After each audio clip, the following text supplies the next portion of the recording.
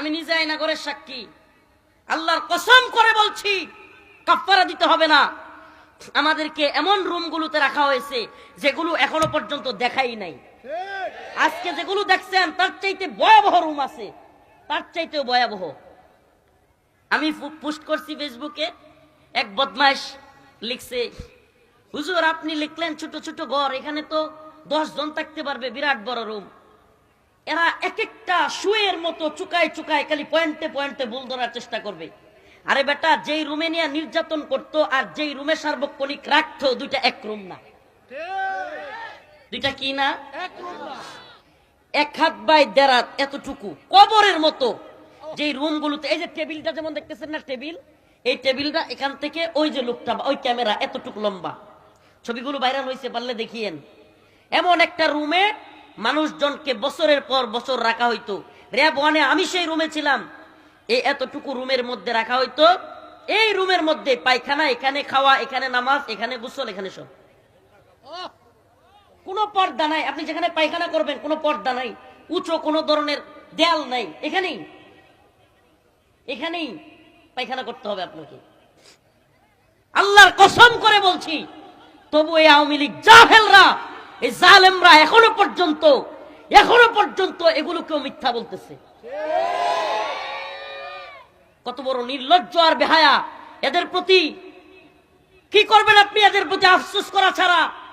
আল্লাহ পাক বলেছেন, খতামাল্লাহু আলা কুলুবিহিম, আল্লাহ এদের অন্তরে সিলমোহর মেরে দিয়েছে। ওয়া আলা সামঈহিম, এদের কানের মধ্যে আল্লাহ সিলমোহর মেরে দিয়েছে। ওয়া আলা আবসারিহিম, এদের চোখের মধ্যে আল্লাহ সিলমোহর মেরে দিয়েছে। এরা দেখেও দেখবে না, শুনেও শুনবে না।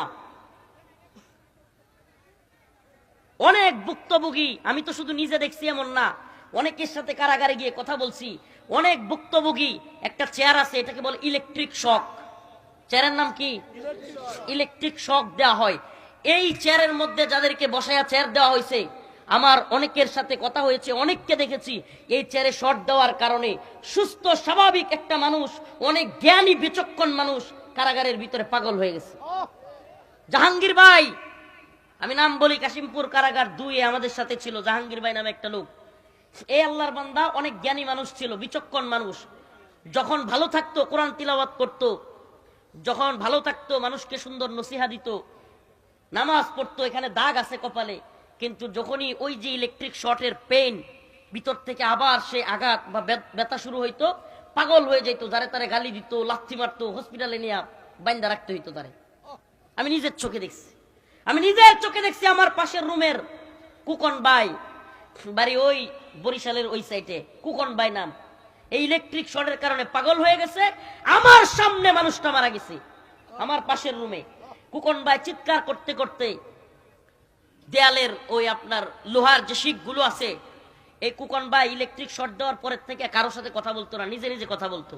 পানি নিতে যাইতো, পানি নিতে গিয়া কুকন ভাই এমন করতো।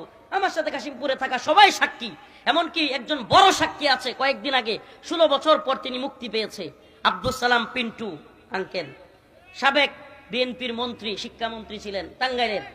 উনিও ছিলেন ওই পাশের রুমে। আমরা সাক্ষী, ওই কুকন ভাই কারোর সাথে কথা বলতো না, একা একা কথা বলতো।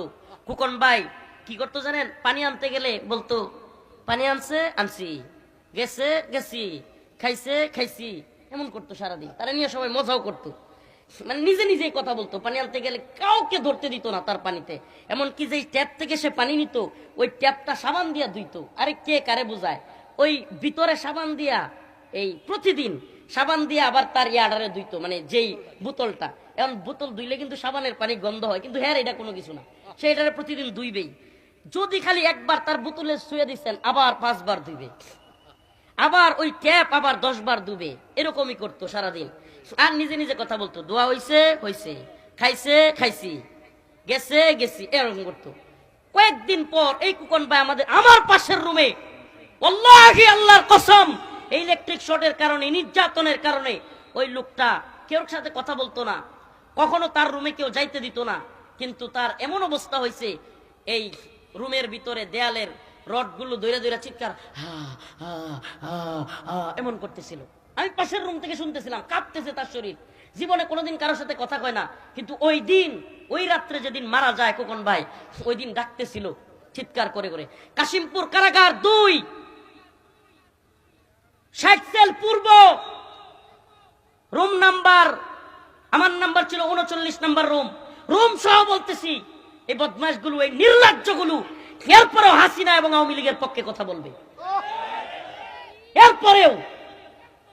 কারণ এদের লজ্জা নাই, এরা বেহায়া, এরা নির্লজ্জ। আল্লাহ আমাদেরকে কি বলবো, আল্লাহ এদেরকে ফিরে আনুক, এদেরকে হেদায়েত দান করুক। নিজের চোখে দেখা অনেক ঘটনা যেগুলো আগে মনে নাই, আজকে আয়নাগর দেখে কলিজা ফাইটে যাচ্ছে। আজকে পোস্ট করছি, আমার অনেক পরিবারের অনেকেও আত্মীয় স্বজন আওয়ামী লীগ আছে, আজকে ফেসবুকে কষ্টে পোস্ট করছি, ওই দিনগুলোর কথা মনে পড়ে গেছে। হঠাৎ করে ওই নির্যাতনের ওই স্টাইল, ওইগুলো দেখা আমাকে ওই চেয়ারে বসানো হয়েছে। ওইগুলো দেখার পরে আজকে ফেসবুকে পোস্ট করলাম, আওয়ামী লীগ যারা করবে, এখনো পর্যন্ত ওই জালেমদের পক্ষ যারা নিবে, এখনো পর্যন্ত যারা এই গুম খুন গণহত্যা নির্যাতন নিপীড়ন, আলেমদের উপর জুলুম, আলেমদেরকে নির্যাতন করে ফাঁসি দিয়ে মেরে ফেলা, আলেমদের দাড়ি ধরে টেনে হিচড়ে নিয়ে যাওয়া, এত জুলুমের পরেও এদের আমি ব্যক্তিগতভাবে আমি সিদ্ধান্ত নিয়েছি এদেরকে বয়কট করার। সমাজে আমি বলি, আপনারা সামাজিক ভাবে এখনো পর্যন্ত যারা তওবা করে ফিরে আসবে না, এদেরকে সামাজিক ভাবে বয়কট করুন।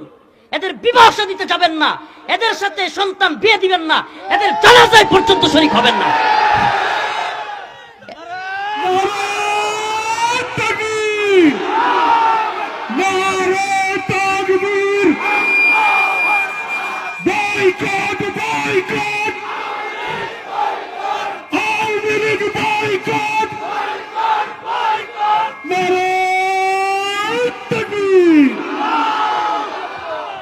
একটা কথাও যদি মিথ্যা বলে থাকি, এই সকল জনতার সামনে বলে গেলাম, আল্লাহর কাছে যেন আমার বিচার হয়।